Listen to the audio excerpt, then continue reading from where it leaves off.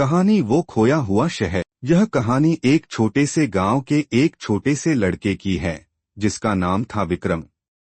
विक्रम एक सामान्य लड़का था जो गांव के स्कूल में पढ़ाई करता था और अपने माता पिता के साथ एक साधारण जीवन जी रहा था।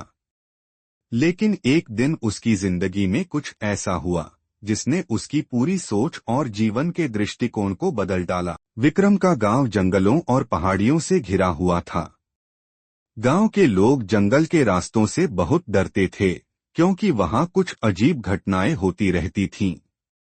कभी कभी रात में लोग भूतिया आवाजें सुनते थे और कभी कभी जंगल में अजीब रोशनी दिखाई देती थी। विक्रम को इन सब बातों पर विश्वास नहीं था, लेकिन उसकी जिज्ञासा ने उसे हमेशा इन घटनाओं के बारे में सोचने पर मजबूर किया। एक दिन विक्रम अपने दोस्तों के साथ खेलते हुए एक पुराने मंदिर के पास पहुंचा। वहां पर एक बुजुर्ग साधु बाबा बैठे थे। विक्रम ने उनसे पूछा, बाबा, ये जंगल और ये मंदिर इतने रहस्यमय क्यों हैं? साधु बाबा ने गंभीर स्वर में कहा, यह जंगल एक प्राचीन शहर के ऊपर बसा हुआ है। वह शहर एक समय बहुत समृद्ध था, लेकिन एक भयंकर आपदा ने उसे नष्ट कर दिया। आज भी उस शहर के अवशेष कहीं न कहीं दबी हुई हैं। अगर कोई सही दिशा में जाए तो वह उस खोए हुए शहर को पा सकता है। विक्रम ने बाबा की बातों को ध्यान से सुना और सोचा, क्या यह सच हो सकता है? क्या सच में यहाँ कोई खोया हुआ शहर है? बाबा ने विक्रम को चेतावनी दी, लेकिन याद रखना, वह शहर सिर्फ उन्हीं को दिखाई देता है जो दिल से सच्चे होते हैं। विक्रम के मन में एक उत्सुकता जागी। वह रात को अपने दोस्तों के साथ जंगल में चला गया। उन्होंने सोचा कि अगर वह सचमुच उस खोए हुए शहर को ढूंढ पाए तो यह एक बड़ी खोज होगी। वे जंगल में अंदर घुसते गए, लेकिन रास्ता लगातार और कठिन होता गया। अंधेरा होने लगा और वे थकने लगे, लेकिन विक्रम ने हिम्मत नहीं हारी। वह आगे बढ़ता गया, मानो उसे पता हो कि उसका लक्ष्य कहीं पास ही है। अचानक एक घने पेड़ के नीचे उन्हें एक पुराना पत्थर दिखाई दिया। पत्थर पर कुछ अजीब निशान थे जो किसी प्राचीन भाषा में लिखे हुए थे। विक्रम ने ध्यान से देखा और समझने की कोशिश की। कुछ ही समय में उसने उन निशानों का मतलब समझ लिया। वह पत्थर उस खोए हुए शहर के प्रवेश द्वार का संकेत था। विक्रम ने अपने दोस्तों से कहा, यह वही जगह है। हम सही रास्ते पर हैं।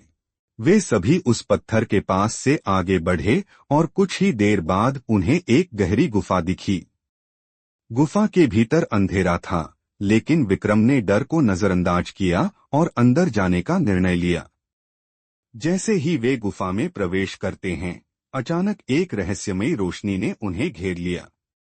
उनकी आंखों के सामने एक प्राचीन शहर के अवशेष दिखाई दिए। यह शहर सचमुच खोया हुआ था और उसकी गलियां, घर और मंदिर आज भी वैसे के वैसे खड़े थे जैसे सदियों पहले थे। विक्रम और उसके दोस्तों ने शहर के अंदर की जगहों को ध्यान से देखा। हर चीज बहुत पुरानी थी, लेकिन एक अजीब सी ऊर्जा वहां महसूस हो रही थी। शहर के एक प्रमुख मंदिर के अंदर विक्रम ने एक बड़ा पत्थर देखा, जिस पर उकेरे गए चित्रों और शब्दों से यह संकेत मिल रहा था कि इस शहर के लोगों ने एक महान ज्ञान और शक्तियों को प्राप्त किया था। लेकिन एक दिन उन लोगों ने अपनी शक्ति का गलत इस्तेमाल किया, जिसके कारण उनका शहर नष्ट हो गया। विक्रम ने सोचा, यह तो बहुत बड़ी कहानी है। क्या हमें भी यह ज्ञान मिल सकता है? लेकिन जैसे ही उसने वह पत्थर छुआ, एक तेज रोशनी चमकी और विक्रम को एक अद्भुत दृश्य दिखाई दिया। वह एक सपने जैसा दृश्य था, जिसमें वह खोए हुए शहर के लोग और उनकी शक्ति को देख पा रहा था। उसे एहसास हुआ कि यह शक्ति केवल उन लोगों के लिए थी जिन्होंने अपने दिल से सच्चाई को अपनाया था और दुनिया में अच्छाई फैलाने का इरादा किया था। तभी वह दृश्य अचानक गायब हो गया और विक्रम ने खुद को फिर से गुफा में पाया। उसने अपने दोस्तों को बताया, यह सब कुछ मेरे लिए एक संदेश था। हमें इस ज्ञान का गलत इस्तेमाल नहीं करना चाहिए, बल्कि इसे अच्छाई के लिए उपयोग करना चाहिए। विक्रम और उसके दोस्तों ने उस खोए हुए शहर को छोड़ दिया और वापस अपने गांव लौट आए। विक्रम का दिल अब पहले से कहीं अधिक सच्चा और मजबूत था। वह जानता था कि वह एक महान अनुभव से गुजर चुका था और इस ज्ञान के साथ वह अपनी जिंदगी को एक नई दिशा देने का संकल्प ले चुका था। विक्रम के जीवन में वह घटना एक मोड़ साबित हुई। उसने अपने गांव में लोगों को सच्चाई और अच्छाई के रास्ते पर चलने के लिए प्रेरित किया और जल्द ही उसका गांव समृद्ध और खुशहाल बन गया।